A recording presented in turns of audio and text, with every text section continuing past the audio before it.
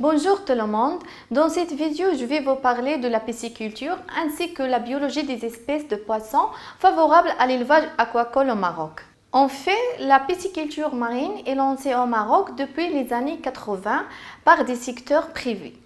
Sur la côte méditerranéenne, 3 types d'aquaculture ont été développés de 1985 à 2005.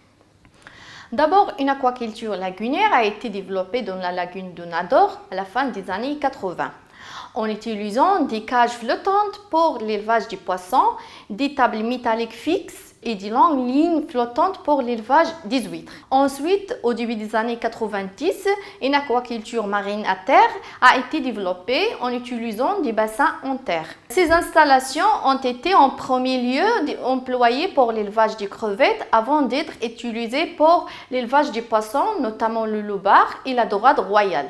Au cours de cette période et sur la façade méditerranéenne, 2 grandes fermes modernes ont vu le jour. La première ferme Marost ou Marost Ostréiculture a été créée en 1985 dans la lagune de Nador. C'est une entreprise commerciale à grande échelle, la plus importante au Maroc en aquaculture marine privée.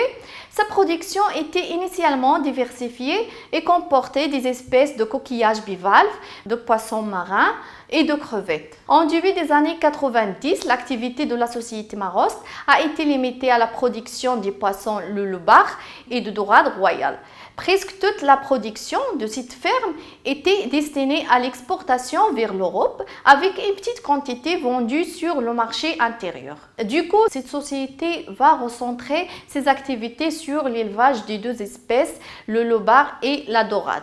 Il a donc intégré l'ensemble des phases de la production aquacole depuis l'écloserie jusqu'au conditionnement et l'expédition des produits pêchés. Les essais de crevettes ont été abandonnés. En 2006, la société a cessé toutes ses activités. De ce fait, la période entre 2005 et 2010 constitue une étape critique du point de vue production parce qu'il est caractérisé par une chute brutale de l'aquaculture marine en raison de l'arrêt des activités de la société Marost.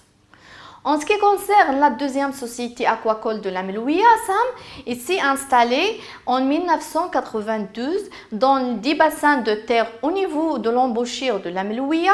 Le dit projet visait la production de crevettes de grande taille de l'espèce Pineus japonicus et portait sur la construction de bassins à terre d'élevage, d'une station de pompage d'eau de mer et des bâtiments d'exploitation.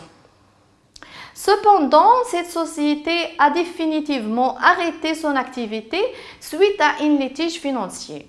À ce jour, Aquamdirk est la seule et unique société au Maroc à pratiquer l'élevage de poissons en mer ouverte.